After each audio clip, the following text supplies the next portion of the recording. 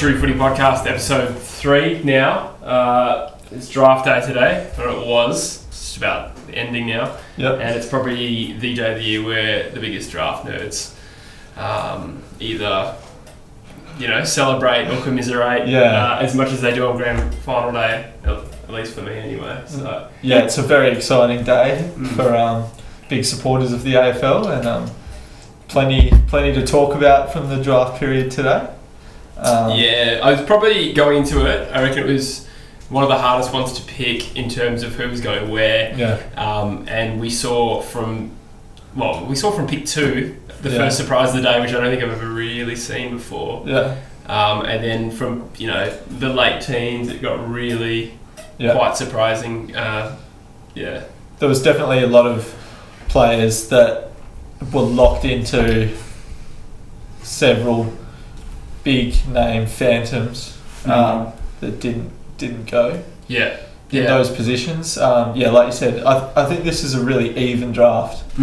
It's definitely a draft where we could really see the best player coming in the 20s, 30s. Yeah, so to speak.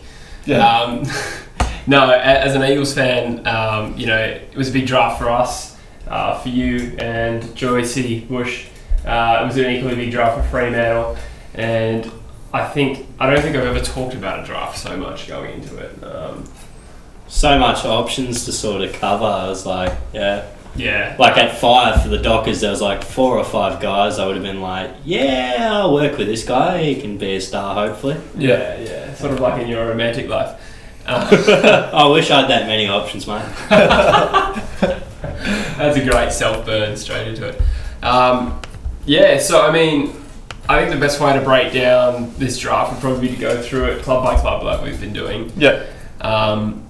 So we can go alphabetically, I suppose. We can just go through Adelaide Crows all the way through to whoever the last team is, the Bulldogs. Sounds good. Yeah, so do you guys think that there was any standout winners from today's draft period? Ooh, asking the hard questions straight up. Are you on Tinder? Oh no, I'm just trying to get some draft information up so I can sort of see who those late picks were. But fair enough. The obscure guys from whatever league they came from. Well, seeing as Bush is doing that, Jesse, I might start with you. Who do you think were the winners out of? It doesn't have to be one club. You can name several. Yeah, it's hard off the top of my head, but I think the first obvious answer is probably Brisbane, and I say obvious because they had 3 top 20 picks, including pick 1. Yeah. So they've come away with Rayner. Yep. And they took Zach Bailey at 15. It was a real favourite for a lot of people. It was that smaller sort of midfielder. Yeah. And Starcevic at 18. Is a real high risk, high reward one. That for me stood out. It's a pretty good one. Then there was Freo made a bid for Ballenden. That's true. Yeah. And they still they ended up with Ballenden at like 43 or something like that. So as a key position talent, that's a pretty good even split of players. And we'll go into that a bit more extensively later. But I agree. How about yourself? I think Geelong did quite well. I think Geelong picked up.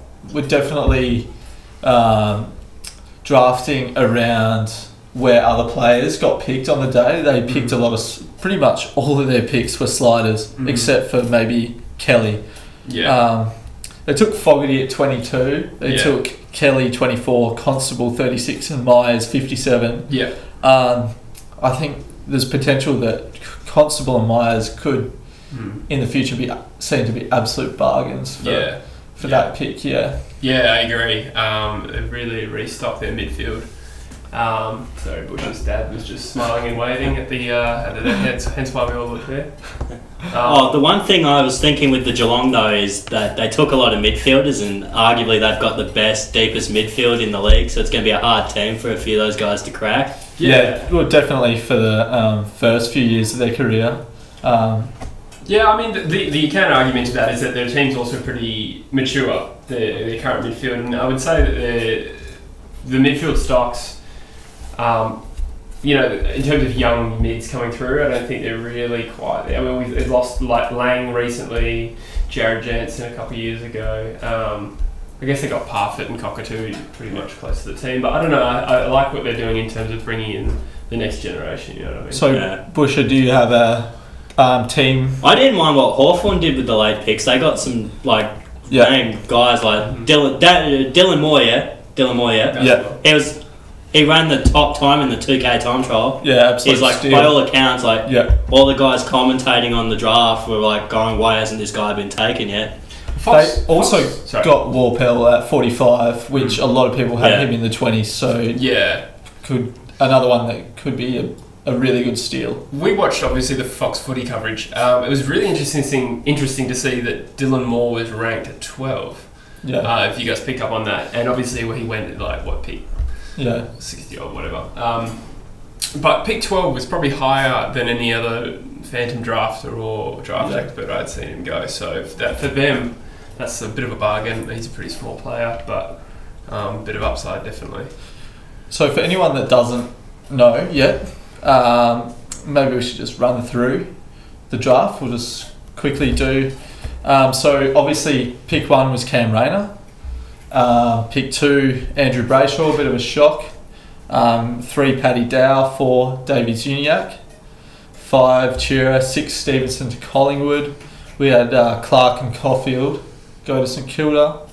Norton, O'Brien to round off the top 10.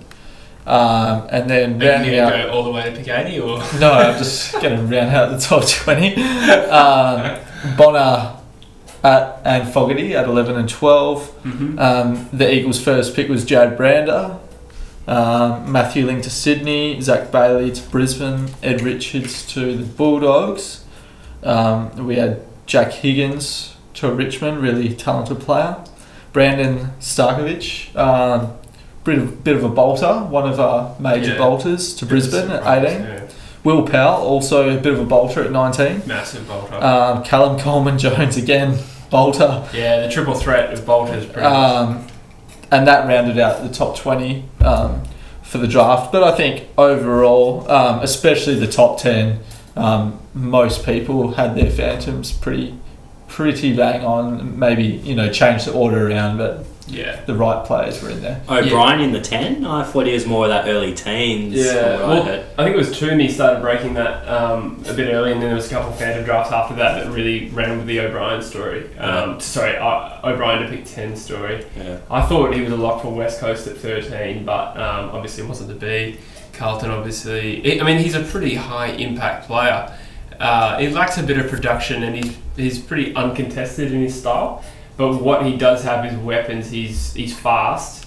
He's got endurance. He can run all day, and he is probably one of the best kicks of the draft. Yeah. Precise kicks. So I can see why any club would really be attracted to that. Yeah. Anyway, all right. Now, thank you for that concise listing of all the top 20. But now we'll. No, just. By the way, are you guys aware that every time we put something down, it does a massive thump? Are you picking up on that? Yeah. Okay, Yeah, I just had to demonstrate that for the people. I'm gonna have to avoid doing that. I'm drinking a very Yeah, we'll go real soft on the On the re-entry there. on the re-entry. Yep. By the way, we've switched not up our awesome. beverages. We're on the beers tonight, so constantly changing sponsors. We keep getting dropped by our sponsors. So. Yeah. No. So for all of you, go and see S&S Industries, and they'll sort you out with all your shit. RV fresh from the southwest. Shout out to BSC protein shakes for Yeah, the tank top. Oh, Ziz bra, Ziz. Yeah. Anyway, By the way, they've got me on the main stool rather than driving the camera tonight, so I apologise for having to look at my head all night. the main stool. Yeah, thanks to Post Malone for coming onto the show tonight. Oh mate, I hope everyone likes my album Stony. Yeah, great album. But no. Anyway, moving on to the draft. So as I said, we should probably go through club by club. Alphabetically works because that's the way that the AFL website lists them. Yep. So now we've got the Adelaide Crows first up.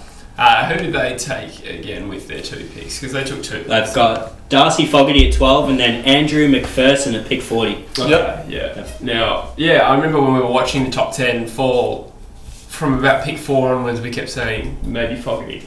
just about every pick down the way, all the way to 12 when it actually happened, which was a bit of a surprise. Yeah. Didn't you think? A surprise that he was in the top 10? No, a surprise that he fell that far. Surprised that he fell. Considering he was linked as high as 4. I think I've said it before, I said it in the previous podcast, other than maybe Rayner, I think he has the highest ceiling of any player in the draft. His physical attributes could make him an absolute beast. You know, he could be really in like the Paddy Cripps, Nat Fyfe sort of mould. But it's so hard when he hasn't been on the park through injury, and also he has played a few average games. I think his game against Vic Met, he had like 5 or 4 disposals for the whole game. Yeah, that's right. There's also slight question marks on actually where he should play. Yeah. So a lot of people have him right in the guts, where he can really use his body and his beast attributes. A lot of people also have him as like a half forward pocket. So he's a little bit of a tricky one, but again, I think he's got a lot of talent. Yeah, I agree with you. When you isolate his attributes, they're pretty appealing to modern recruiters. You know, he's huge. I've seen his highlights. He just throws off players. I guess the question mark on that is, will he be able to do that at the next level? Yeah. Maybe. But for me, I guess with my obstacle with Fogarty, which made me hesitant to really see him as that top pick, was that he just lacked production, and I'm always just personally a bit wary of players that don't show that they can win the ball 25 times a game, especially if they're trying to become a midfielder. So he just was that slightly unproven player. That being said, I'm not going to lie, I was kind of hoping he was going to last one more pick to West Coast. Yeah.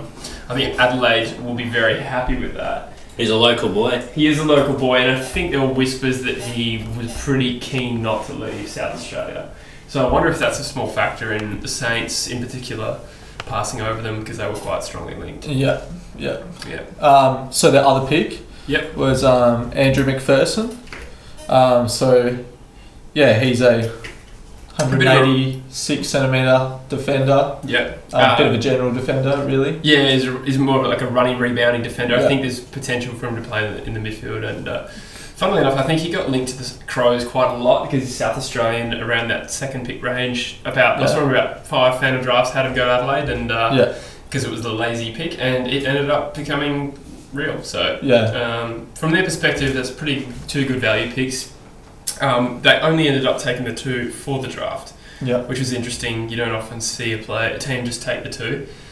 You can kind of understand their position they're in. They've got a real strong list at the moment, so they probably don't need to stack up on youth right now. I suppose, no, you're right, it was interesting. They had Jackson Edwards, remember Tyson Edwards? His son was draft eligible this year. They said they'd commit not to take him in the national draft, and obviously that paid off for them because I think they can now take him in the rookie draft as a certainty. So that's a pretty solid result for them as well. I think Port were talking about stealing him, which would have been interesting. But in the end, you'd have to say the Crows are going to be very happy with that result. I think we talked pre-draft about them maybe adding a key back, but I think, as I said, pretty happy with that. Briefly with the Adelaide, because when you mentioned Port Adelaide briefly, for our teams that did well in the draft, I'd say Port Adelaide did quite well considering they had a lot of later picks. They hit some of the bigger names that people have heard of, like your Sam Hayes of the world. Yeah, they were a bit of a, like I said about Geelong, they reacted with their picks to how the draft was sort of unfolding rather than going in with set picks like I think a lot of clubs do. I mean, they took 5 picks as well, and added to how many players they traded in? 3, 4, took a deal of free agent. 4 or 5, that's some solid turnover. Yeah, there's going to be a lot of new faces at Port Adelaide. It's pretty exciting for Port fans. It's always exciting to get new players through the door, especially a lot of youth. Yeah, they're not neglecting their youth as well. You know, when a team tops up, they sometimes forget about the draft, or like Hawthorn, cut their draft out completely, but.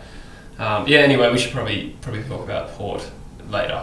I just came to mind. I just wanted to put it out there. That's all good. It was cute and spontaneous. All right, so the next club is Brisbane. As I think you said, Jesse, they were just about your team of the draft. Well, when you asked me that question, I mentally went through it alphabetically and stopped at Brisbane because I thought, they did well. As I said, Cam Rayner. Probably Can't go wrong, really. can't really go wrong with that. Yeah. I guess the issue would be homesickness, but Yeah. I think he presents really well. I can see him interviewing really well. Yeah. He's quite charismatic and confident, Yeah. as opposed to some of those teenagers who are just a bit, it was good to go to this club, and I can see why they ultimately chose him over a Paddy Dow or LDU, who apparently they weren't fully convinced would be able to commit. So Yeah. There was a little bit of talk I saw online about LDU being keen to stay in Melbourne, yeah. which might be a reason why he went as late as he did, but Yeah. we'll get to that in a sec. But You have to think that like Brisbane, having gone through such a player exodus over the years, that their recruiting strategy have got to be so character focused, really, and just really pick these strong characters. And whether Rayner really is a player that is going to stay, I'm not convinced. But that probably says more about how Brisbane really failed to keep these players. So who else did they get? They got Zach Bailey at 15. Sorry, One of my favourites. Yeah. Yeah, we talked about in the pre-draft podcast that we were all pretty keen on him. Real tough, young, inside mid, little bit in the Jack Viney mould. Yep. They got Brendan Starkovich at 18. He was seen as a bolter, but he looks like a decent young player. Bit of a Yo type for me, I reckon. Not obviously he's not a rebounding defender. He's more like Yo as a forward. Just really strong skills, pretty quick, athletic, physical. Probably just lacks a bit of production, and he probably jumped about 20 picks. That really surprised me, but I can see the upside with that. And I'm pretty, with 3 picks in the top 20, I can see why they could take a bit of a risk. I mean, looking at his under 18 stats, they weren't amazing. So they must. I think he battled a bit of injury that was a concern. He struggled with consistency at East Perth. But it's the same principle that I apply to Fogarty. If when a player hasn't really proven he can win the ball 25 times, there's just still that question mark, isn't there? Yeah, well, there is that question mark. So they also got Toby Wooler. They got Connor Ballenden. They matched the Dockers bid for that. I liked Ballenden, so when we bidded on him, I thought it was a good idea. And Brisbane was smart to match. He seems like a good player. Kept Brisbane honest. Their last pick at 54 was Jack Payne. So they ended the draft with 3 keys there after going 3 smalls at the start. So pretty balanced intake for them. I think Lions fans would be pretty happy with that. Obviously, like Rayner, you're just going to be super excited as a Brisbane fan. He can slot back in. I would be actually pretty surprised if he wasn't in the team in round 1. I think he'll play 20 games next year, fitness permitting. So, Okay. So now on to Carlton. Who had pick 3. They took Paddy Dow, which I think was a player a lot of people had linked at 3 for a long time. Most people had a general view of Rayner, LDU, Dow. So I think it wasn't a surprise that Dow ended up at Carlton. I mean, we heard whispers that they were into Chera, but honestly, I heard so many conflicting whispers going into the draft. I've never heard so much bullshit in my life, considering, especially in hindsight, how 99% of it's not true. But ended up with Dow. I think they'll be pretty happy with that. Then you got Lockie O'Brien at pick 10. I'm actually kind of keen to hear Bush's thoughts on Carlton, because off air we talked briefly about how you weren't super impressed. Because I thought with Paddy Dow, he's a very good player. I really rated him as well myself. But at pick 3, there's still LDU there, Chera, some more highly regarded guys perhaps, maybe. And then at 10, there's still Darcy Fogarty, Aiden Bonner, some other players that perhaps I would have personally liked better, but evidently Sauce at Carlton must see something I don't. He can be a little bit unconventional with his picks, I reckon. Carlton in general have had a pretty bad lean run with their recruiting. I think they've just pretty much wiped out like, what did they cut, like 42 players in the last 3 years or something stupid like that? And replace most of them with delistings from GWS. Yeah, which is questionable in itself, but I won't go down that route. O'Brien was an interesting one. I think most pegged him for a late teens pick, as you said, Bush. I could see Fogarty, as I alluded to, the home sickness issue. That's one argument for why they wouldn't pick him up. Yep. But, you know, we'll see. They also got Tom De Koning at pick 30, which was a big surprise to a lot of people. A lot of people had Hayes as the number one ruckman going into the draft. He had some poor draft combine results, though, which I think maybe would have cost him a spot higher. Yeah. I think he was, what was he, like, not even the second ruck taken. I think he was probably the third or there's one. I'm not sure. There was Coleman Jones. If you include Coleman Jones, then he was the first ruck, and then De Koning and maybe someone else. I can't remember. But so summarise on Carlton, probably a reasonable pickup. They got Angus Schumacher, I think later in the draft, but Jared Garlett with the last pick. Oh, Jared Garlett, that was a pretty good result for them. I think he's had some pretty testing family issues over the last couple of years. I think he went left Gold Coast because his brother was terminally ill. Yeah, he wanted to be with the family. Yeah, which you can understand. Absolutely. I don't think that was obviously well publicised at the time, but I think some people sort of construed that as him. He was just being a bit walkabout. You know what I mean? Like some players do that. You know what I mean? You know, that sometimes like they just decide they don't want to play AFL football. Yeah. But you can see with Jared Garlett in this instance, it was just really tough circumstances. The good news is obviously his brother's okay, I believe.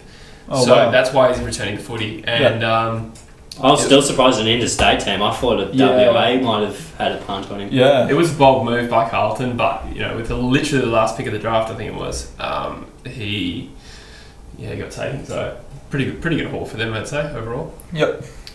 Filled a need. So who we got next? So we got Collingwood next. Pretty good draft for Collingwood. Stevenson at 6. He had a few health issues, but I think in terms of talent, most people definitely had him in the top 10. Yeah. They'd also be really stoked to get Nathan Murphy at 39, considering... Didn't someone think he was going to go top 10 in our last podcast? Yeah, I think I said that, but I wasn't the only one. There was a lot of talk at the time. I saw him linked to Collingwood at 6. And the irony is Collingwood ended up with him at 39 and pick 6, Jaden Stevenson. So from that perspective, they did pretty well. Yeah, no, I think they did well. They also added Tyler Brown. Father-son. Father-son, yeah. So he's a fairly tall midfielder. Yeah. So, they only had the 3 picks, Collingwood, but overall I think they could be pretty happy with that. In terms of the talent for the picks they got, you'd probably be pretty satisfied.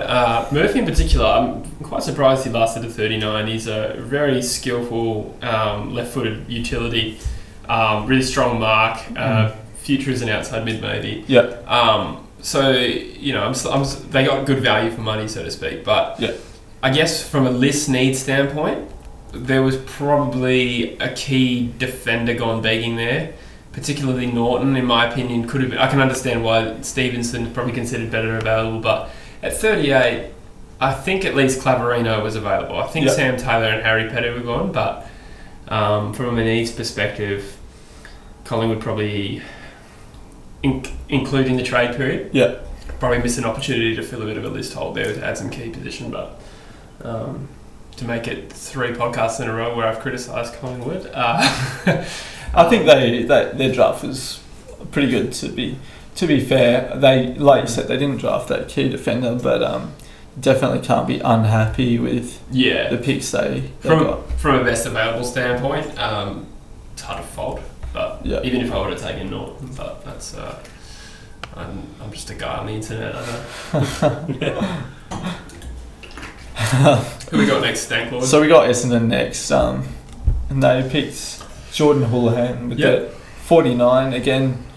Probably seen as a bit of a slider. Yeah, he really reminds me of Mark LeCras, Houlihan. I think he's a medium forward, lead up medium forward, and can take a solid mark and has really good skills going into the 50s. So I thought he could go top 15, and he went at pick 49. So was really impressed by that. Well, he almost averaged 2 goals a game for the under 18 champs, which is really handy for a small forward. Yeah. Yeah, so I think he's a really good get for the Bombers at 49. Yeah. They also got Brandon Zerk Thatcher. I'm not going to lie, I've never heard of that in my life. Interestingly, I've noticed Houlihan and Zerk Thatcher are both from Sturt. They've both come out of Sturt. At the same time. So you think it's a conspiracy? I think there's going to be a few new Essendon fans in Sturt. Zerk Thatcher is 19. Yeah. I think he's a keyback. Is that right? Yeah. Does it say? It doesn't actually. It doesn't actually tell us. I'm pretty sure he's a keyback. But that's what happens. Essendon had 3 late picks. Yeah.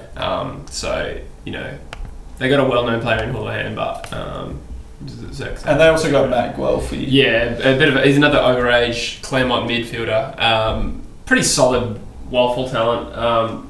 Just add a bit of a midfield depth for them. Yeah. I wouldn't be surprised. I wouldn't have been surprised if he ended up at West Coast Guelphy. So you'll see him get picked up. Yeah. All right. So I notice you've loaded Fremantle. Well, they are the next after next. Yep. All right. No, they're my favourite team, so I thought I'd put them next. You're outnumbered here, Jesse. Louis not here to even the numbers this time. Yeah, no. It's 2-on-1. Yeah. But I'm a Freo supporter. But yeah, I'm pretty happy. I'm a Freo supporter. With how the draft went today. Freo are probably the most active team. They took the most picks, yeah? Yeah. I think 8 picks is close to the most I've seen. I don't think I've ever seen more than that. A lot of late. I think, there was 5, well, there was 6 picks after 40. Yeah, which again, I don't think I've seen before. But, they obviously traded out of the second round to get Wilson and Matera, maybe, from memory. I can't remember exactly the deals. But, so I traded out of the second round. Yep. The benefit was they had 2 picks in the top 5, obviously, which were you pretty happy with? I'm pretty sure I saw you dancing and squealing at one point when you ended up with Chera at 5. So positive dancing? No, it was actually dancing for was it angry pain. Dance? Yeah, for pain. Yeah. I was in a bit of pain at first. I got to admit, like Joyce was celebrating, I'm sitting there going, especially with pick 2, because I really wanted Uniac. But then later on, as soon as I heard him interview after he got taken by North Melbourne, saying he's really happy to be in Melbourne, then subsequently all the stuff he wanted to stay there, I was very happy with Brayshaw as soon as I heard that. So you were in pain at first, and then after a while you started to like it? Yeah, because I sort of realised that Uniac, because I thought my initial thoughts was that he was someone that would be prepared to go interstate. That's what I'd heard about him, like when I'd done the research for the last podcast, but evidently that was ill informed. And now I'm very happy with Brayshaw, who's got family here. His brother goes for the team, so hopefully Freo can recruit Angus too. No, I think starting off with Brayshaw, that was a bit of a surprise. I think most of us expected him to go to Freo. Well, some of us expected him to go to Freo. Pick 2 wasn't really talked about, but not at least in the last few days. Yeah. So I mean, you were pretty happy with that, weren't you? I think Brayshaw. You said Brayshaw was one of your favourite players. Yeah. Well, personally, I think Brayshaw was probably my favourite player going into the draft. There was a bit of talk of him going to Brisbane at 1, so obviously he's definitely shown he's got the talent that the other guys in that area of the draft do. I think he's really shows he's like really professional, and I think what really would have stood out to Fremantle was character through interviews. He's got a lot of family in WA. His brother went to West Coast. His mum's from WA, so Dad played for Claremont. I think you'd have to back them in surely to be able to keep him. So that probably influenced the decision a little bit as well. Yeah. That's true. I agree with your point that the character testing would have played a pretty big role. Fremantle lost 3 players this year to go home, and while you wouldn't start to say that's a problem, it is a consideration, especially the way that game's moving these days, where clubs are losing players every season. So it's all very well and good to get a Rain or an LDU, but if they're not satisfied, they're going to stay for their careers. You can understand why they went for the safer bet in Brayshaw, who in his own right is really talented anyway. So. And then Chera, obviously, another similarly highly rated midfielder, Yeah. very classy. Yeah, I'm, again, as a dog supporter, really happy with Chera at 5. Yeah. I was pretty worried when he, at 5, that when he was available, that we weren't going to pick him, because I was really keen to get him. Just super classy. I've heard a few mention him as like the classiest player in the draft. Yeah. I think Cam Rayner said he's the player, as a forward, you want to have the ball when you're leading Yeah, okay. up the Yeah. ground. Mind you, Josh Kennedy said that about Chris Meston, so... Yeah, and look how good Chris Maston turned out to be. I mean, Yeah. arguably the classiest player at West Coast, I'd say. No, but so looking at who else Freo took, they took Hugh Dixon at 44, so a key forward, which I think a lot of the fans were crying out for. Yeah, they went pretty needs-based with the rest of their picks, didn't they? Yeah. Mitchell Crowden, the little tank. Yeah, the young tank. He's 89 kgs or something. Yeah. What is he, 176? He's 175, 176, 175, and 89 kegs, so Yeah. the same weight as Luke Shuey, and probably got way thicker thighs, and Yeah. you know, Shuey's a bit of a ball. All my examples are West Coast Yeah. related, by the way, you've probably picked up. Interesting, they picked up 2 ruckmen as well. Yeah, well, as you said, like next year, Sandy will probably be gone. Yeah. Leaves Sean Darcy just about the only ruckman on the list, is that right? Yeah. Yeah, so to add 2 rucks is probably what you want. Yeah. Considering, you know, otherwise you just need another one. Yeah. And Scott Jones was a pretty highly sought after Yeah. mature age ruck. He was talked about quite a lot. I think the Eagles had an eye on him, but yeah, did very well to pick him up. And then, of course, the Tom North, the inside mid, probably more of a case of best available in the case of North. But Yeah. We watched a bit of highlight reel on Lloyd Meek while we were waiting for the studio set to free up, and I liked the look of him. He was pretty mobile, had real good hands, could play forward a bit, which would complement Sean Darcy quite nicely, I feel. But interesting. So 2 ruckmen and I think 6 midfielders. 2 rucks are key forward. Key forward, and 5 Key mids. forward and 5 mids. Yeah. Yeah. So definitely going hard with the mids. Yeah, true. But as I said, they did lose Crozier, Ballack, and Weller, so there's 3 smalls. So it makes sense to replenish them a bit. I mean, yeah, 3 smalls, but Mind you, probably you got only one of Wilson. them is a mid. You got Wilson and Matera. Yeah, no, you're right. Yeah, that's true. But yeah, no, a pretty good draft. I'm pretty Yeah. happy. What do you think, Busher? With the Freo draft, In I was because I remember hearing the talk at Chera at 2, and before we were watching the draft, I said Chera at 2 I felt was a bit of a reach, but I was very happy to get him at 5. I felt he was very good, fair value at pick 5, and then Brayshaw at pick 2 upon reflection, and then elaborating on his connection to Freo and stuff, the Perth in general. I felt a lot better about that. Yeah. And then the one time I was actually cheered for an Eagles pick in my life was when they took his brother, so I felt that'd help us keep him in Perth as well, because I'll probably get a house together. And maybe they'll match up in the first ever derby. Well, not ever the first ever derby at Perth Stadium, Rafa, not literally the first ever derby. Hey, maybe we'll meet up in the first ever derby. And then I realised what I said, and they went, yeah, Perth Stadium. You Yeah, were I did. also you weren't just cheering at Brayshaw. You were cheering when West Coast picked Ben Ainsworth. Braden Wordsworth. Not really. I was sort of like, I've got a friend who he's a bit of a footy journalist. Shout out to Lenny. But anyway, yeah, he's a big fan of Ainsworth, so I was happy because he's a fan of him. So I'm like, yeah, if my mate likes him, he must be all right. Oh, well, Yeah. that's good. I'm glad someone's a fan of him. I could think of someone who was a bit like, who's this guy we've taken? I did not say that. I did not say that. You knew who he was, but you weren't too through. Nah, we'll get to that. That's harsh. I've softened on that view. Yeah, to be fair, I had harsher views at the start of draft. I've since softened, like Yeah, Brayshaw, yeah. Turner, I've softened a bit there. I think we kind of need to accept that as armchair experts, we don't. Exactly, we yeah. We don't know shit. I mean, I know Yeah. recruiters get things wrong, but Yeah. it's all very well and good to say, you could have got him later. But we actually have no idea, considering how many times we were surprised during the draft. So, Yeah. I think. Especially since these guys get to do it for a living, we just do it as a bit of a hobby. Yeah. These guys get paid 9 to 5 jobs to look at these kids, so Yeah. they probably know something I don't. I'd take a step in the dark and say they probably know a bit more than I do.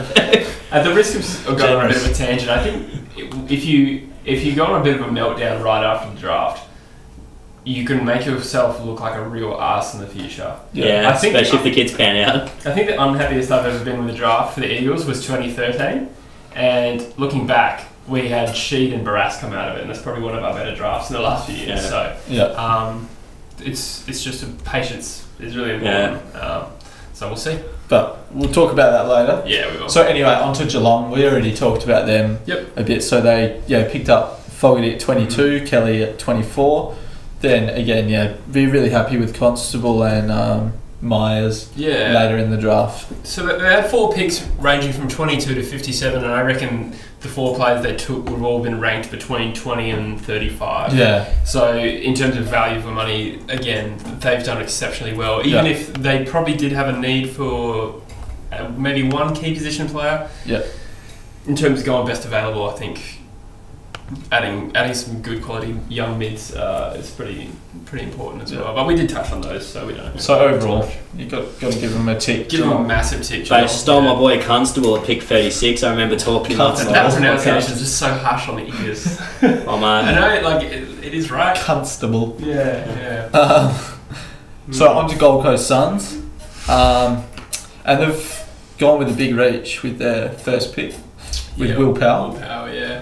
From Claremont. He's actually really exciting outside mid from Claremont. Yeah.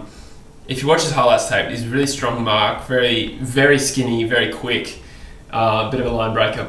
Problem with him though is that I think he averages about 15 touches a game, which is a lot. It's a big price to pay for a first rounder, and I know I gave the example of Starcevic earlier, who went pick before, but Starcevic was also Brisbane's 3rd pick. Yeah. This is Gold Coast, who probably aren't in a position to take a risk with their very first pick. I don't know, but they do love their WA talent. I've seen them reach before, so they do. They've got big history with WA Gold Coast. Jarrett Garlett a few years ago, who we were talking about earlier, he was one they took pick 15, I believe.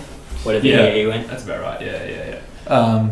So they also got 2 academy players. Mr. Nutting. Yeah. And, I know absolutely nothing about him. Oh.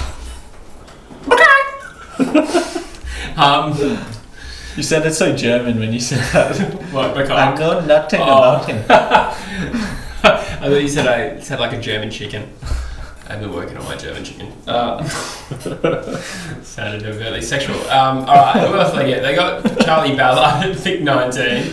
Ballard, I saw in a few fandoms, was linked to... Sorry, Ballard was taken at 42. I saw him linked to them at pick 19, so bit of an odd one there. Yeah. Slid 23 picks to the next pick, so... maybe these guys who are linking Ballard to Gold Coast just saw that the Gold Coast... Well, heard that Gold Coast were interested and presumed pick 19, so... we saw that happen with a few picks where the players went later, like Nathan Murphy, for instance. Another Sturt man, by the way, Ballard.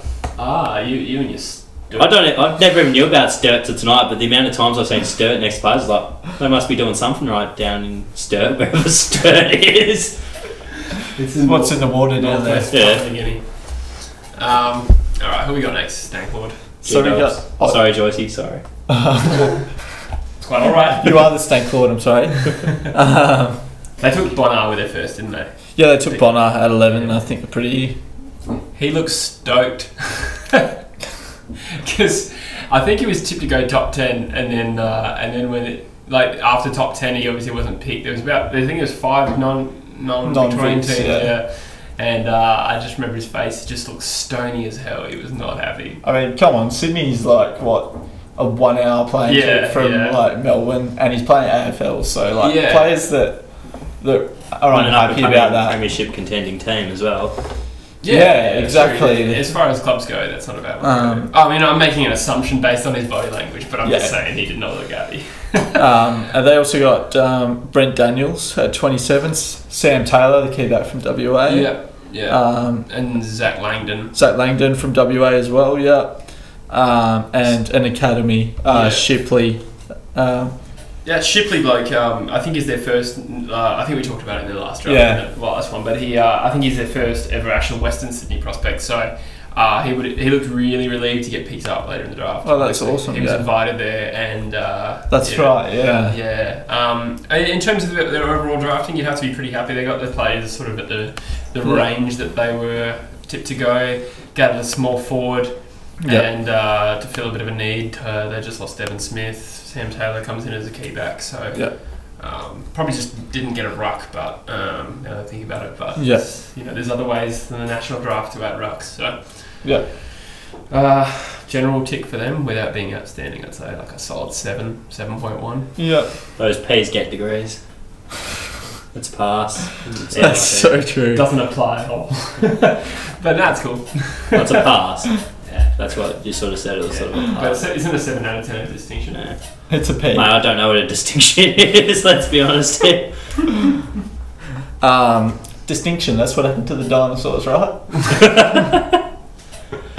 Put that in the trailer. That's going to get a few views. It's what's happened to my GPA. I'll tell you that right now. Extinction. That's pretty good. No, I meant like what happened to the dinosaurs. It's gotten destroyed. Destroyed by meteorite. Yeah. So, who have we got next? We got Hawks, and they got Warpel, a bit of a slider Yeah. at 45. Dylan Moore, another slider at Yeah. 67, a big time slider. Fox Footy, I think he had him at 12. 12, as I said, yeah. And Jackson Ross from the Eastern Rangers. Yeah, as you talked about, Bush, these guys got real good value for money.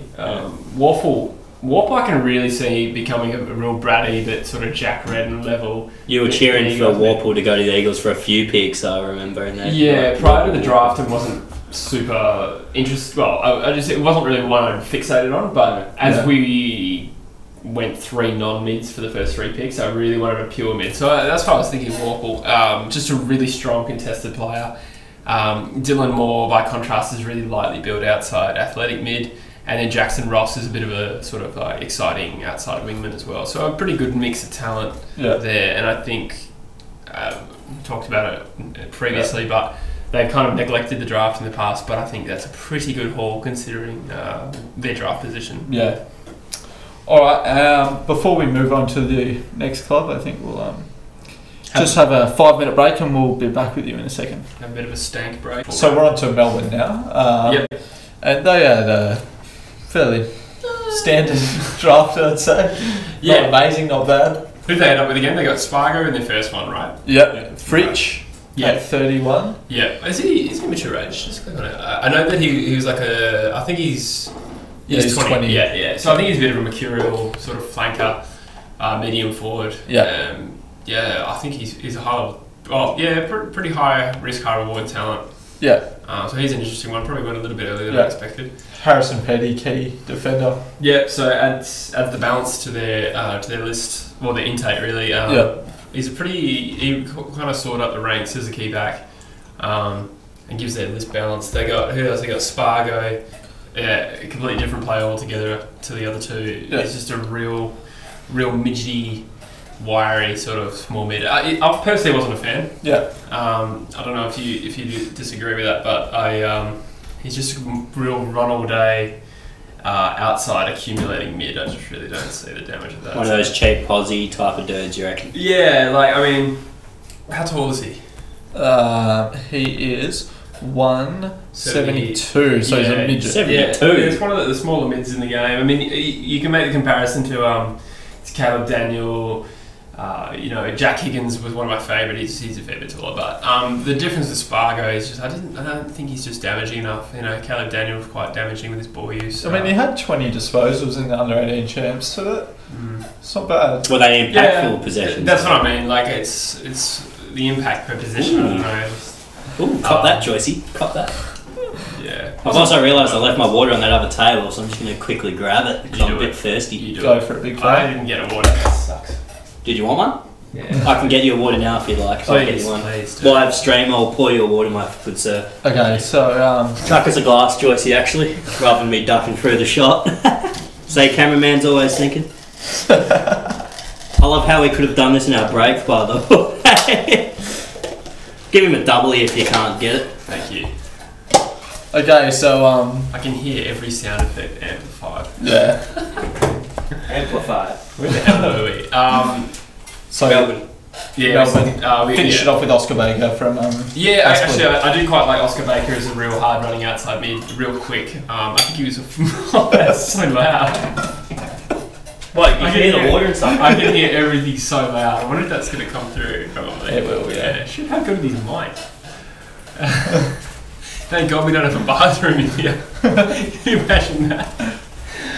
Which is just... There you go, Bron. Thanks. Yeah. So moving on to Kangaroos, now you're back. Yeah. So- I was still talking about Oscar Baker, sorry. Just to sorry. finish off, I was just saying he was a former... former Brisbane Academy player, Yep. and I think he was cut from that. So good to see he's made his way back, and I think he's quite promising. So decent haul for them. Okay, that's good. That's nice.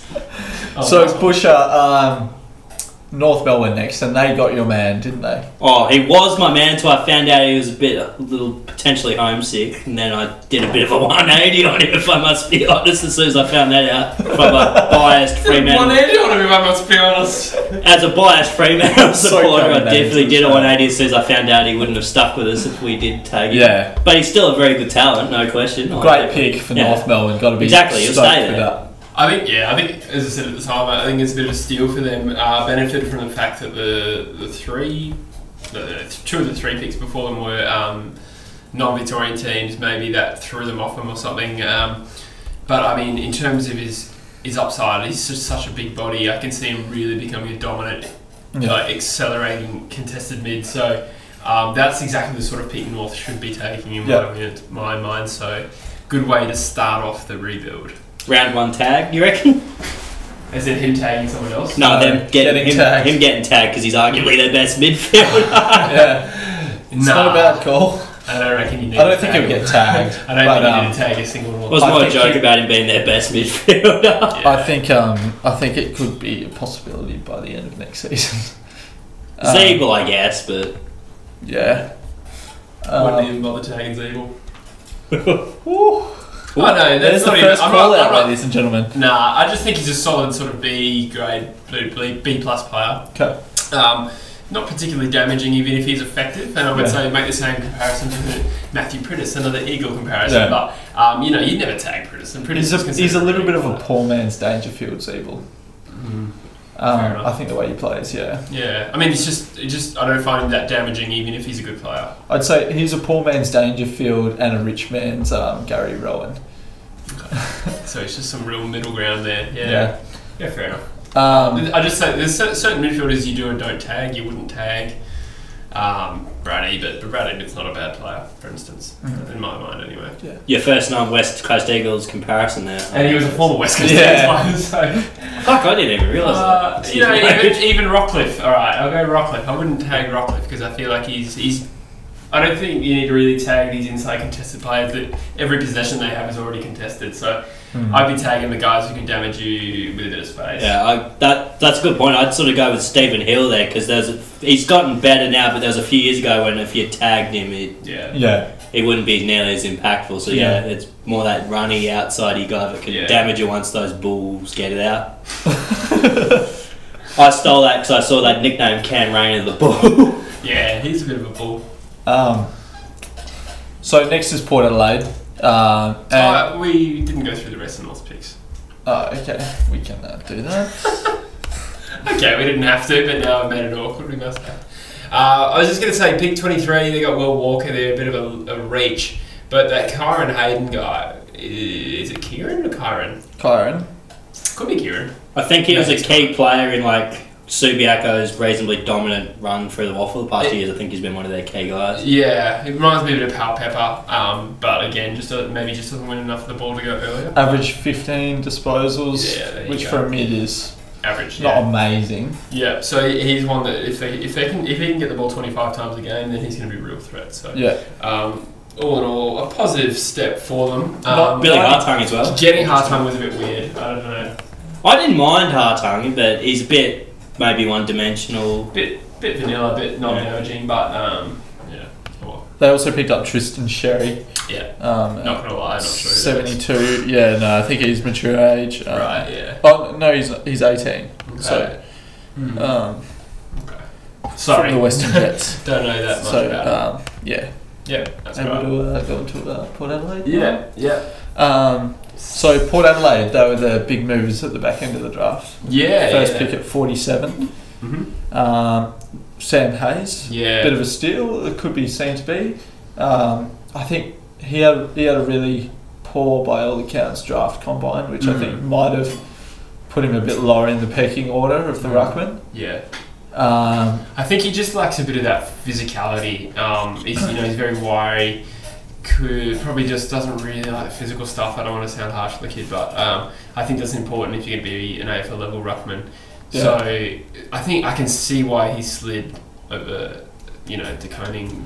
I mean, he's 93 centimetres and 93 kilos, 203 centimetres. So there's a few of the bigger midfielders are heavier or around his weight. And they're 10 centimetres smaller than him. Yeah.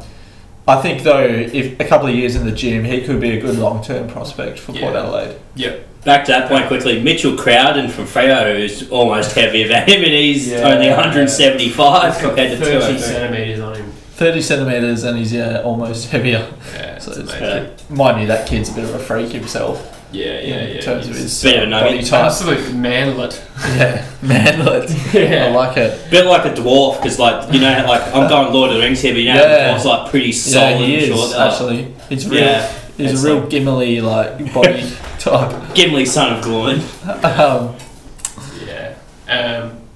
Well, if Crowden is Gimli, then you'd have to say Sam Hayes is your Grima Wormtongue. Or like a big skinny orc. I was going to say Grima Wormtongue, but big skinny orc would do. I don't know anything about Lord of the Rings. Well, I'm sure a lot of our viewers. What about an orc? Go on. So they got a utility in Kane Farrell, and they got some reasonably rated players in Pat Moore and Garner. Later in the draft, Pat Moore, I remember, finished the season with something like a 48 possession game for Claremont, so in the Colts. And Garner was Vic Metro captain, very skillful utility. So while all of these players have perceived flaws, I think that they can come out of the draft with pretty good value. As I said, just for a team that came in at pick 47, thank you. For a team that came in that late to get 5 players that they did, I think they can be pretty satisfied.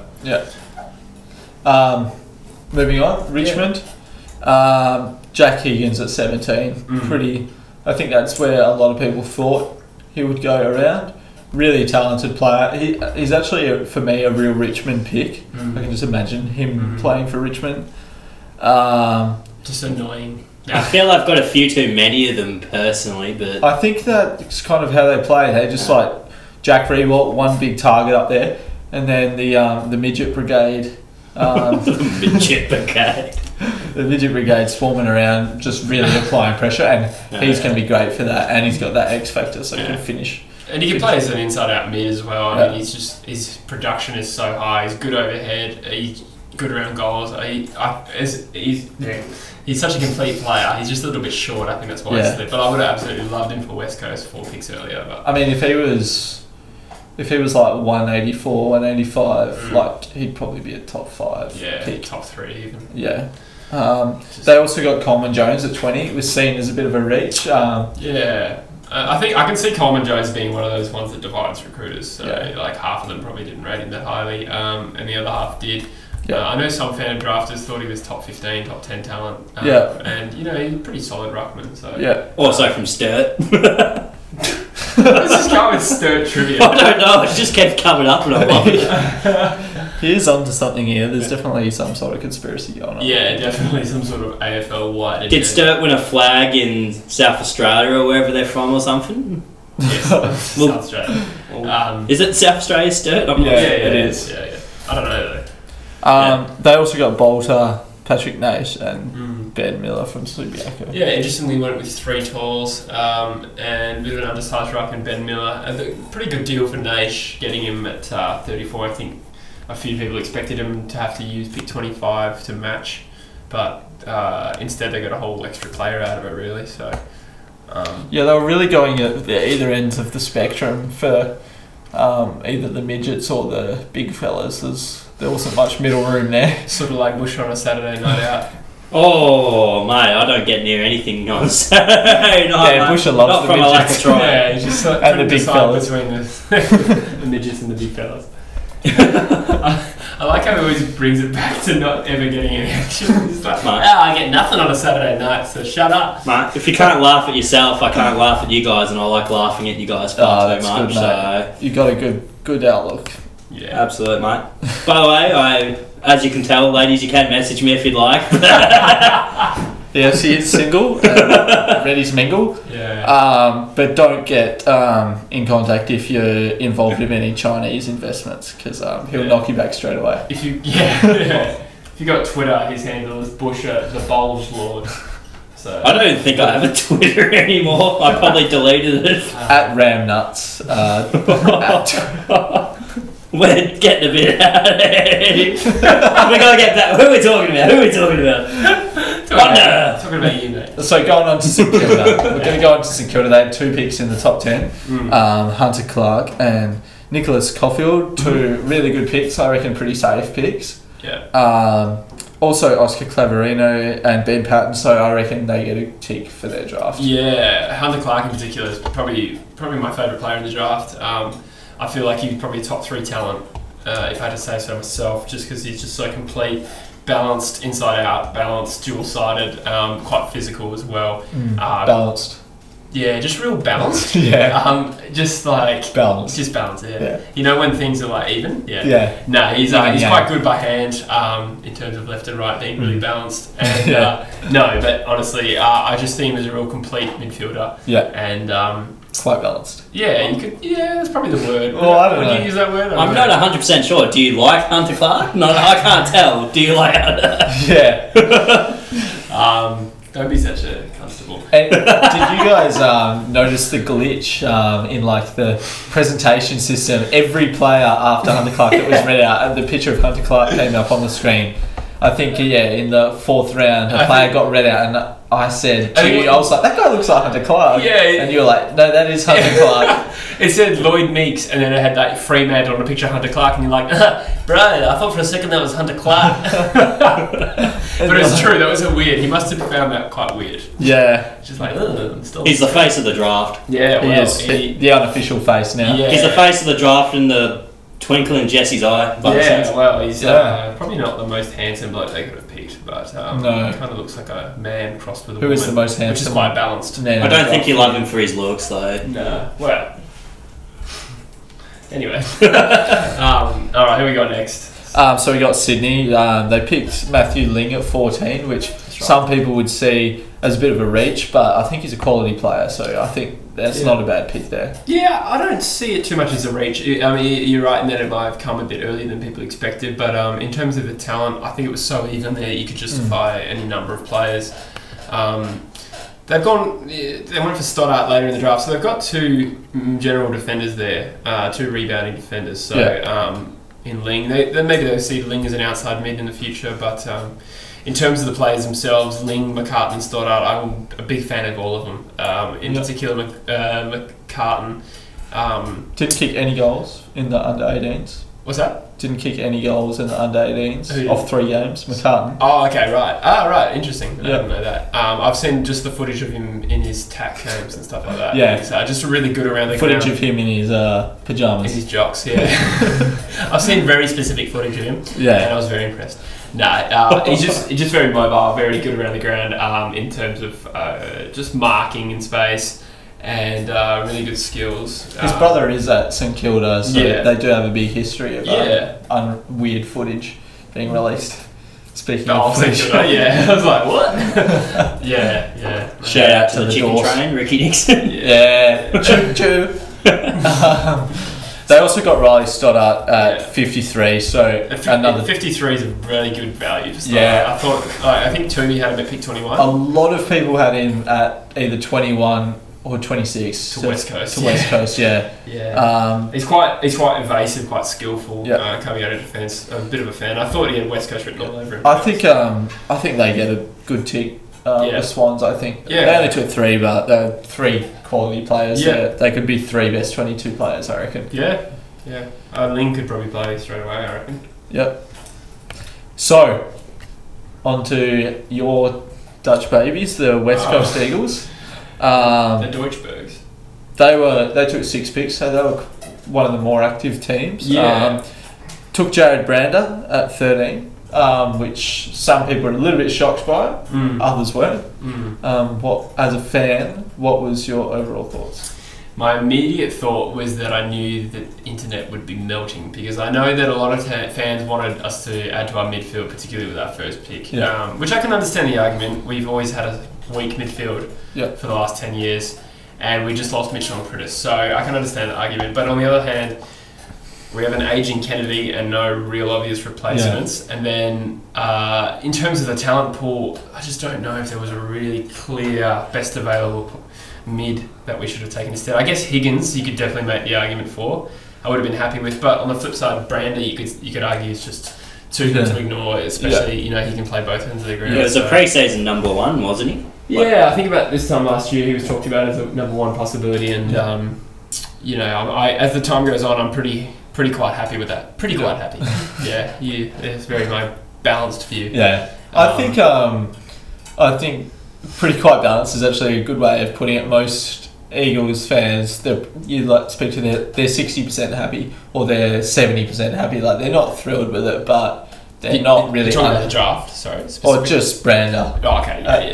They're not particularly thrilled with it, but they see it could be a good pick down the line as well. I think in an ideal world we would have had a clear midfielder available, but we didn't, and we do have other needs, and we've hit the midfield pretty heavily every draft for the last 11 years. Taking Shee, Duggan, Venables, Partington with the last 4 picks, so last 4 first picks.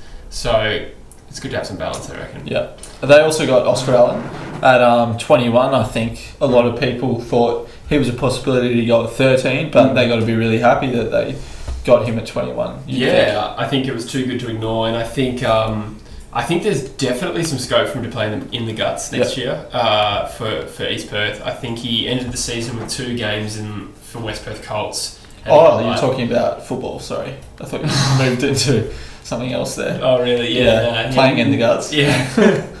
Next season I can see him going right up the guts. Bloody hell. Right in the under 18s. That is the level, guys. Yeah, right in the under 18s. That's pushing it. Was it too far? That was the level. I love it, but a lot of people might not. But personally, I love that sort of banter. What can I say? It's okay. He's just like 18, so. You're just digging, mate. Keep digging. It's okay to talk about him like that because he just turned 18. No, I just meant... No, I don't want to go into this. I was... 30 seconds ago we were talking about the Eagles draft. Now this. Now chaos. Now, the third pick, we took Liam Ryan. Now, I thought that was a bit of a reach. Now, obviously he's a talented player, but I just can't help but feel he was available 32 or 37. And I think at that point in the draft I was just concerned because I thought... That's our first 3 picks gone, and we haven't taken a midfielder. Tim Kelly wasn't available. Geelong pounced on him. We obviously took that risk and wanted Alan Moore, which I can respect. But I don't know, at this point I would have wanted one more mid on the board by that. I said to you during the draft, it's a bit funny because a lot of the Dockers supporters crying out for talls, key position players, and a lot of Eagles crying out for mids. And it turned out each club kind of got either, but that shows how much your position in the draft impacts who you're able to draft. That's true. Yeah, exactly right. And I mean, in terms of best available mids, there was probably a Warple or a Constable they could have taken, but I can understand why they didn't want Constable. There was some concerns on his game in terms of his tank, his ability to run around the field, and just why are you smiling at me like that? No reason.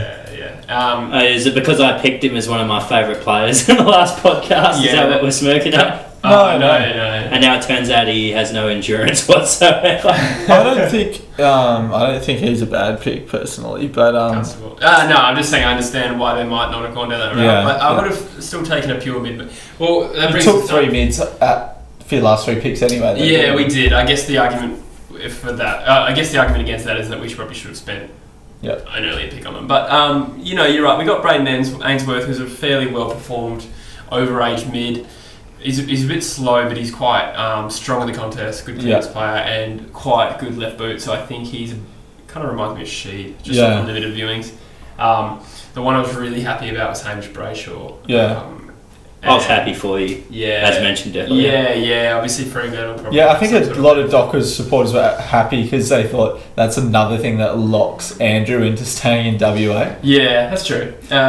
You know, I hope Hamish is good now. But Hamish impressed me with his dimensions. He's 187 centimeters and 91 kilos. Yeah, you don't really associate those dimensions with a Brayshaw, do you? No, he's pretty. Oh, he must have solid. Angus is legs. about that. Yeah, I got Angus a is feeling- 187. I got a feeling Angus is quite heavy. Angus Yeah. is 187, I know that. for Yeah, sure. he is. I got a remember feeling that. he's probably close to 90 kegs himself. So I think he was 187 when he got drafted, so he's probably about 90 now, but he's been in the system a few Yeah. years. Yeah.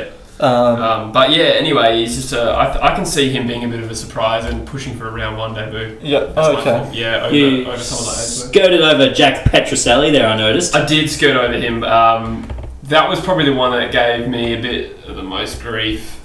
I'm just not particularly a fan of those types that are really athletic. He's a running defender / inside mid, probably the fastest player in the draft. But he just looks so unnatural, and I don't want to write the kid off because he's got bucket loads of talent. But just for me personally, I like those who are more natural footballers, and he's got massive strength. Yeah. I don't think the Eagles are good at picking these types. I mean, he played as a rebounding defender, averaged 9 disposals, and kicked 1 goal off 3 games. So probably not amazing stats, but again, he's one that's picked for his athletic abilities more than his immediate impact. So he's footy definitely house. going to be a project player. I was going to say, I think it's about 3 or 4 years before we can see him if he lasts that long. Yeah. So don't want to write the kid off, but that was probably one I was cringing on. I think Walker would have been a better pick. But Okay. overall, I give it about a 6.5 out of 10 as an Eagles fan. I think the biggest burn for me, I quite wanted Jared Garlett on the list, and we passed on a last pick only to see him go to Carlton the next pick. So Yeah. bit of a disappointing one, but A few frustrated Eagles fans out there. Yeah, But- there is. But I think, as I what- said, I think in the future we might look at the Backlund's draft in 5 years and look at Brander, Allen, and Ryan, and see that they've all played 70 games, whatever. And I think they're all pretty safe bets. And I think when you've got 3 players who have a fairly good career, Yeah. even if they weren't midfielders, I think we're all going to forget that we probably didn't pick a midfielder in 5 years' time. Yeah. We're just going to look back and see that we've got 3 solid players. And which you've is- got a couple that'll come in that didn't, like Venables, for example. He's sort of Yeah, that's true. We haven't had a single debut from our 2016 draft. Yeah, They and there's were a couple of pretty mids good. in there, wasn't Yeah, Venables in particular, Rioli's at Yeah. forward, but Yeah. Josh Rotherham could be in midfielder. Had Carpenter come in last year. Yeah. He's been around for 4 Yeah. years, but yeah, Yeah. it's a debut. Young. So I mean, we have, as I said, hit the draft heavily for mids in the past, and we traded in Archie, so Yeah. I can live with it, I guess. Okay. Last club we're looking at is the Western Bulldogs, who picked up Aaron Norton at pick 9. Yep. I think, a lot of people thought he was going to go around pick 9. So a lot of people also had Murphy linked at pick 9 to the Doggies. So They got that one wrong, including myself. But yeah. just generally Well, everyone got it Murphy wrong. just slid big time. Yeah. So they got Norton at 9. They got Ed Richards at 16. Another one a lot of people had locked in at Carlton for 10. And Callum Porter at 74. So they've gone for a couple of backs there.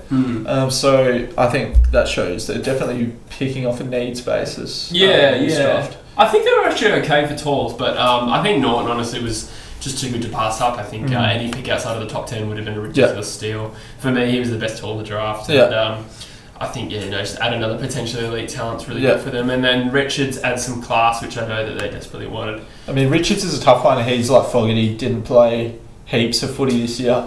But a lot of potential, like those players, because they don't play as much footy, they're just so much harder to get a read on. He's one we could look at in a couple of years and say, why the hell was he not picked 1 or 2? In saying that, he's also one you can look at in a few years and think, why the hell, who even was that guy that they picked? I must admit, I haven't seen as much of him as maybe other prospects, but they talk about him as a potential inside mid in the future. But then in his highlights, he plays quite an uncontested rebounding style. Yeah. So I don't know if there's midfield potential there, but he's got the tools to be at least a good rebounding defender. So in terms of class, they've probably done a good job there. And I have no idea who Callum Porter is. I'm not gonna lie. Sorry. Okay, well that wraps up our draft analysis.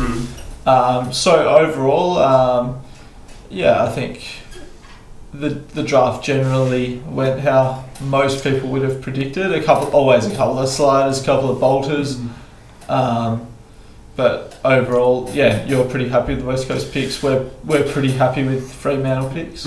Yeah, I think trying to assess the performance of the draft is so hard to do anytime. Before I think you got to wait at least 3 years, really. Well, to do it properly, you could probably argue you got to wait like the whole career. Yeah, exactly. Sometimes you can tell when a team. People still look back at like 2001 draft and stuff. Yeah, exactly. Especially I saw one today. It was like that Nuffies on AFL page. Or some guy commented, if we took Chris Judd instead, we would have won 4 flags or something crazy. Who did he support? It was the Saints, man. I think he said if we took him instead of Luke Power. Luke Ball. Luke Ball, that's it. Exactly. Yeah. I knew it was Luke something. Luke Daviginiak. LD.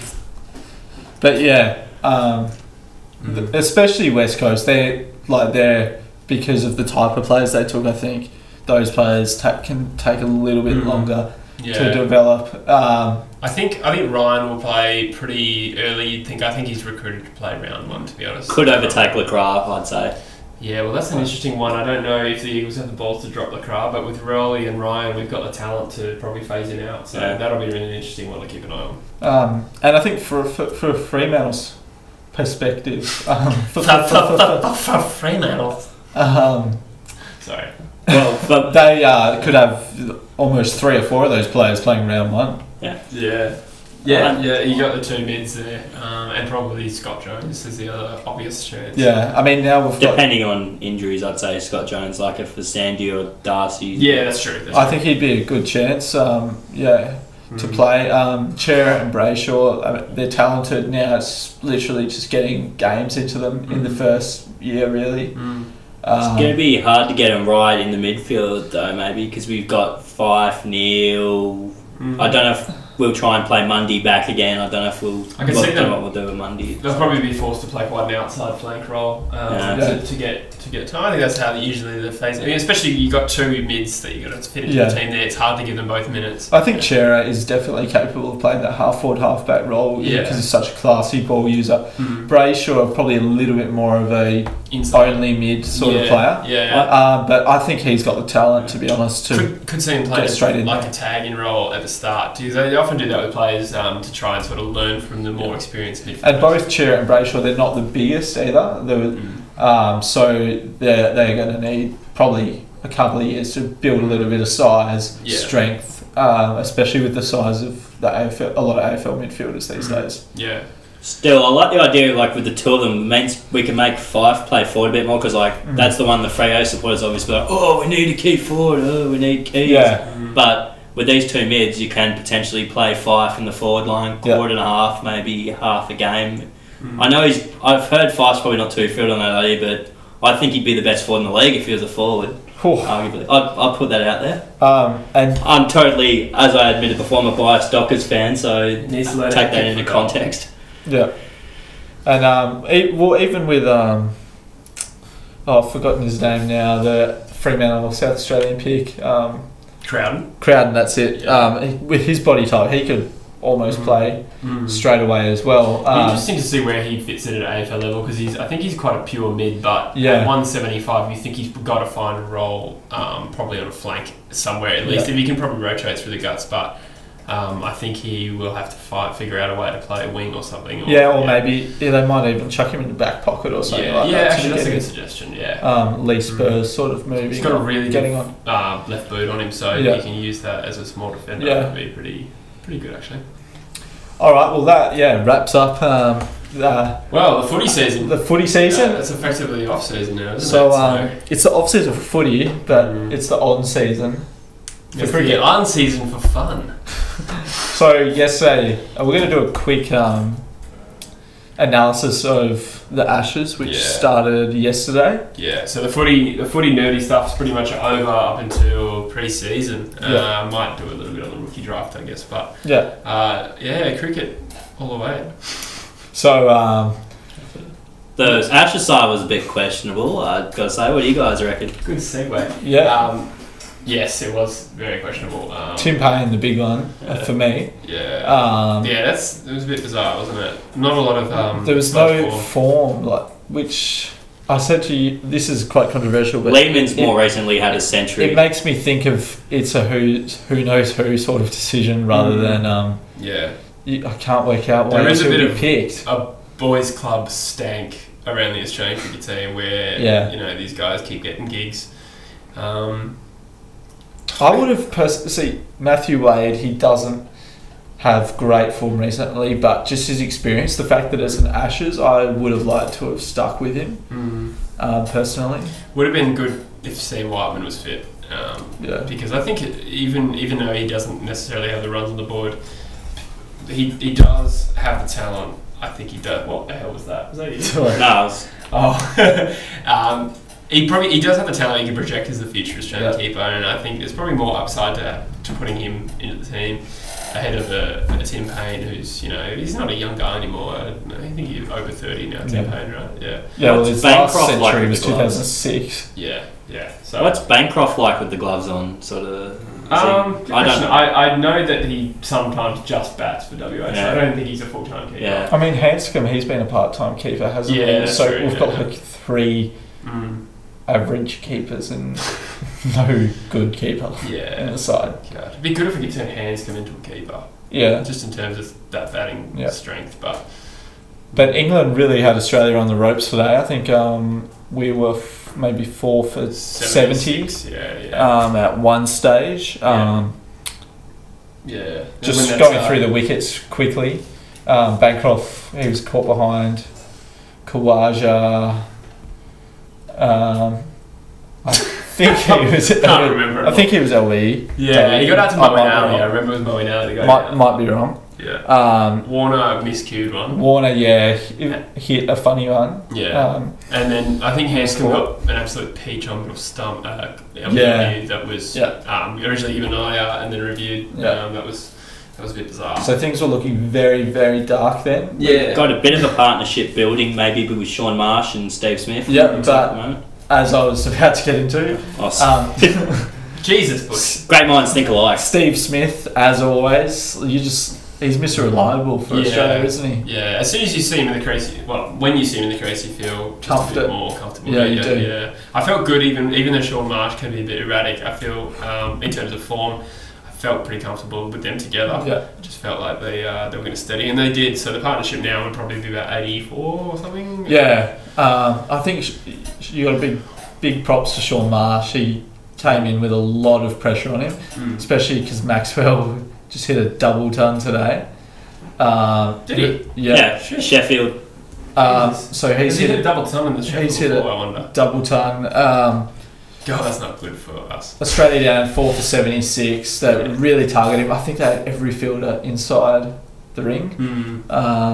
Jeez, really? Maxwell's that guy. He can just go off though.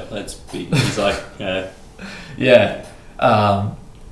But he batted really well and got through that. And Yeah. they've built a solid partnership. I'm comfortable when Sean Marsh gets on top. I feel like when he gets into a groove, he's pretty hard to stop. We see it even in the BBL, the IPL. Sometimes he'll struggle for the first 15 balls, and then as soon as he gets his eye in, he's pretty. Well, personally, like aesthetically, he's my favourite player to watch. I think he plays like the nicest strokes I think I've ever seen. But yeah, he shoots himself in the foot a little bit. Yeah. With inconsistency. A lot of those guys like that. Maxwell's like that. He's a player when he's on. I just love watching Maxwell just put him work, and then he can even come in, roll a few overs, and then get a wicket or two. Roll a few overs. Well, he's a spinner. He rolls the arm over. I said to someone today, I said to my brother that Maxwell is the best worst player I've ever seen. Yeah, absolutely. He's got so much X factor. He's pretty He's effective capable for of his turning a game Yeah. literally on his own. I don't think I've He seen can turn many it over a cricketers win or a loss. that can do that. But in saying that, he can play some fucking average games He's as a bit well. like a shit Kevin Peterson. Yeah, or like a shit Jarks Callis or something. Or a shit Andrew Simons. Yeah. That's not a bad comparison. I don't mind that Simons comparison. I like that. Yeah, they are a bit Nice. stylistically similar. Yeah. Yeah. Yeah, Simons bowl a is little. better. Yeah, Simons is alright. Yeah. Yeah. So I So, haven't seen Glenn Maxwell tackle streakers, mate. So Yeah. until he does that, he's no Andrew Simons to me. Simon's just the big hip and shoulder. Yeah, mate. One thing we want to get into is play a bit of the Ashes cricket game over the summer. Yeah. So we can probably do that as a bit of a review in our next podcast. I think it looks very good. Definitely going to get around it now the exams are over. And so now that footy's over, I'm going to need something to distract myself. Yeah. I think the rookie draft is on Monday though, isn't it? Yeah. Is that right? Yeah. Yes. Yeah, it really doesn't get any coverage that. No. I don't even know. You like not know about it, then you'll just see your team post. Yeah, we took this guy. Yeah. Picked 12 in the rookie draft. Yeah, there's no way to follow it. I'm pretty sure like the results just get uploaded pretty Yeah. much, unless things have changed. Yep. Anyone that didn't get taken tonight, maybe that could go in the rookie draft. Actually, that's probably not a bad question. I just thought it off my head. Good question. Um, There are a few. I don't think there are any big ones. Like usually, there's some real big ones that miss every year. did you say Schloeth? He's not Schloeth wasn't eligible? drafted. Yeah. Did you say not eligible? Is he eligible for the rookie? Yeah, everyone's Yeah, eligible. yeah, so- You're eligible for the rookie job. Well, pick me up then, Freya. I'd love to carry Brayshaw's water bottle. Please pick me up. It's gonna let that hang like the bad fart it does. Oh, mate. I was kidding. So yeah, as always, thanks everyone for tuning in. Absolutely.